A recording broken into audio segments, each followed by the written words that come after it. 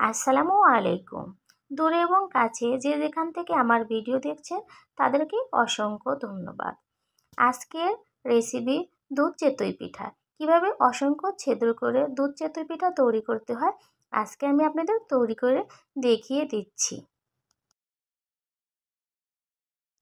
আমি আজকে মাটির কড়াইয়ে চিতই পিঠা ফুলকো ফুলকো তৈরি করে আজকে আমি আপনাদের সবাইকে দেখিয়ে দেব।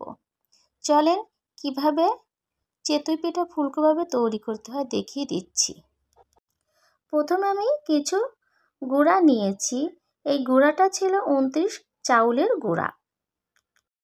পরিমাপ মতো লবণ অ্যাড করে নিয়ে নিলাম। লবণ এবং গুঁড়া আমি একসঙ্গে ভালো করে হাতের সাহায্যে মিক্সার করে নিয়ে নিচ্ছি। তোমরা কিন্তু দেখতেই পাচ্ছ। এখন হালকা কুসুম কুসুম গরম পানি গুঁড়ার সাথে অ্যাড করে নিচ্ছি। আমি এখানে পানিটা 2 বার নিয়েছি, কারণ একবারে নিলে হয়তো গোলাটা পাতলা হতে পারে, তার জন্য। আমার এই চাউলের গুঁড়োটা ছিল ঢেঁকি পাড়ানো। ঢেঁকি থেকে গুঁড়ো করে এনে আমি ডিপ ফ্রিজে রেখে দিয়েছিলাম কিছুদিন। তারপরে আমি ডিপ ফ্রিজ থেকে বের করে আমি চিতই পিঠা তৈরি করে আপনাদেরকে দেখিয়ে দিচ্ছি। ডিপ ফ্রিজের গুঁড়া হলে 1 ঘন্টা আগে বের করে রেখে তারপরে চিতই পিঠা ভাজি করলে সুন্দর ফুলকো ফুলকো চিতই পিঠা তৈরি হয়। কথা বলতে বলতে আমার চিতই পিঠা ডোটা কিন্তু রেডি। আমি এখন আপনাদেরকে দেখিয়ে দিচ্ছি কিভাবে ডোটা তৈরি করতে হয়। এখন আমি দুধটা ভালো করে জাল করে নিচ্ছি। এখানে 2 কেজি গরু দুধ ছিল। কিছু দারচিনি এলাচ অ্যাড করে নিলাম ভালো ফ্লেভার হওয়ার জন্য। আমি দুধ আর গুড় একই সঙ্গে জাল করে নিচ্ছি। আমি আপনাদেরকে প্রথমে দুধ জাল করে দেখিয়ে দিলাম, তারপরে গুড় জাল করে এখন আপনাদেরকে আমি দেখিয়ে দেব। গুড়টা আমি অনেকক্ষণ জাল করে বলক উঠিয়ে নিয়েছি। এখন আমি আপনাদেরকে দেখিয়ে দিচ্ছি। ঠিক কোনো এভাবে হয়ে আসলে চুলাটা অফ করে দিয়ে দিতে হবে। এখন দুধ আর গুড় আমি ঠান্ডা করার জন্য রেখে দিয়েছি। ঠান্ডা আমার হয়ে গিয়েছে। এখন আমি দুধ আর গুড় মিক্সার করে নিয়ে নিচ্ছি। দুধ এবং গুড় আমি ভালো করে মিক্সার করে এক পাশে রেখে দেব।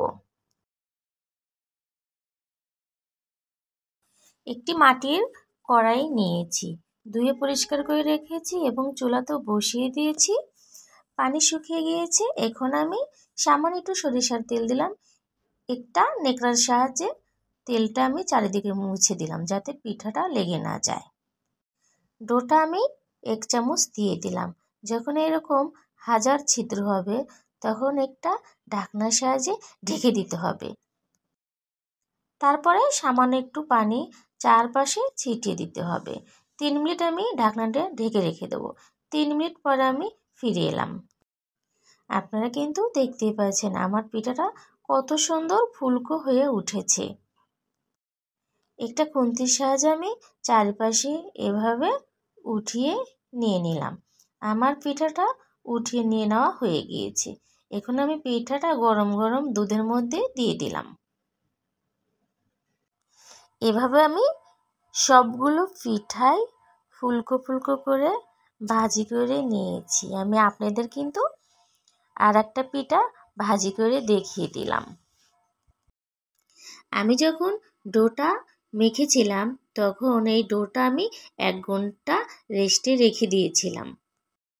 1 ঘন্টা রেস্টে রেখে দিলে পিঠাগুলো ভালো হয়, তার জন্য আমি 1 ঘন্টা রেস্টে রেখে দিয়েছিলাম। তারপরে এভাবে এক এক করে সবগুলো পিঠাই ভেজে নিয়েছি। এভাবে সবগুলো পিঠাই আমি এক এক করে ভাজি করে নিয়েছি।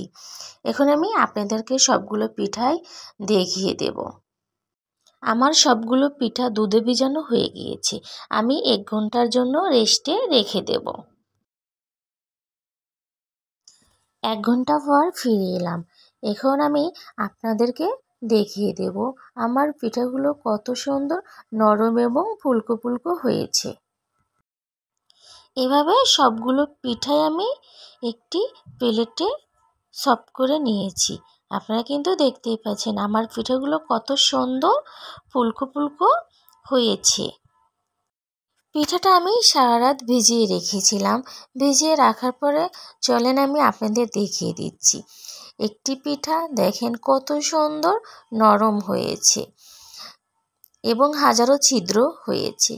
আমি আপনাদেরকে খেয়ে দেখে দিচ্ছি কত সুন্দর মজা এবং দারুণ হয়েছে। আমার এই দুধ চিতই পিঠাটা যদি আপনাদের পছন্দ হয়ে থাকে তাহলে অবশ্যই লাইক কমেন্ট শেয়ার এবং সাবস্ক্রাইব করবেন। আল্লাহ হাফেজ।